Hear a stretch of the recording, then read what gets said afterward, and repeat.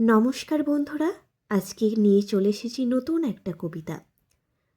পাখি শুধু আকাশে ডানা মেলে না, কখনো কখনো মানুষের মনের সুন্দর দুঃখকেও ছুঁয়ে যায়।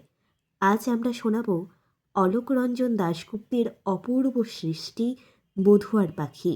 সেই পাখির গল্প, যে ডাকে কিন্তু যার ডাকে লুকিয়ে আছে এক গভীর বেদনা।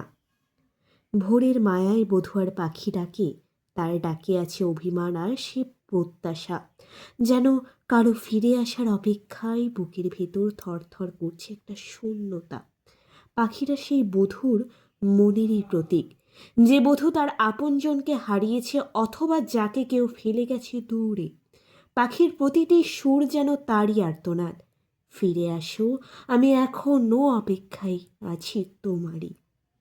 অলোকরঞ্জন দাশগুপ্তের পাখির ডাককে শুধু প্রকৃতির সঙ্গীত করেননি, তিনি বানিয়েছেন মানুষের মনের বেদনাকে ছোঁয়া এক ভাষা। বধুয়ার পাখির ডাক তাই শুধু পাখির ডাক নয়, এটা অপেক্ষার গান, ভালোবাসার কান্না, ফিরে পাওয়ার আশা। কবিতাটি আমাদের মনে করিয়ে দেয়, হয়তো আমাদের জীবনে কেউ আছে যার দিকে ফিরে তাকালে আজও বুকটা কেঁপে ওঠে, যার জন্য আজও ভেতরে ভেতরে ডাকে আমাদের বধুয়ার পাখি।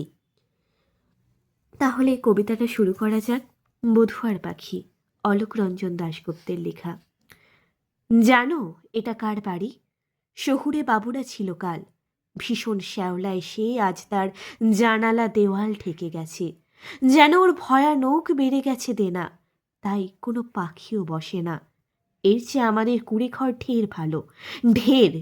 দলে দলে নীল পাখি নিকোনো নরম উঠানের, ধান খায়, ধান খেয়ে যাবে, বধুয়া অবাক হয়ে ভাবে।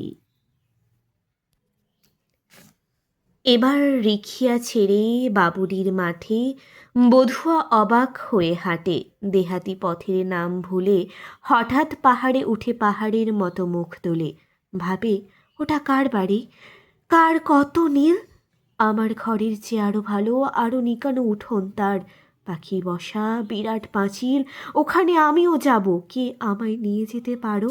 এইভাবে প্রতিদিন বধুয়ার ডাকে কানায় কানায় আলো পথের কলসে ভরা থাকে, ঝাঁকে ঝাঁকে পাখি আসে, কেউ তার দিদি, কেউ মাসি, রূপলি ডানায় যারা নিয়ে যায় বধুয়ার হাসি।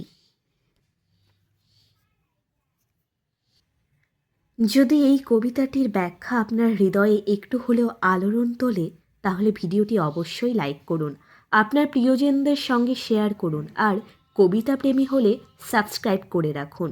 ধন্যবাদ সবাইকে। কমেন্টে জানাতে কিন্তু ভুলবেন না কোন কবিতা নিয়ে পরের ভিডিওটা দেখতে চান।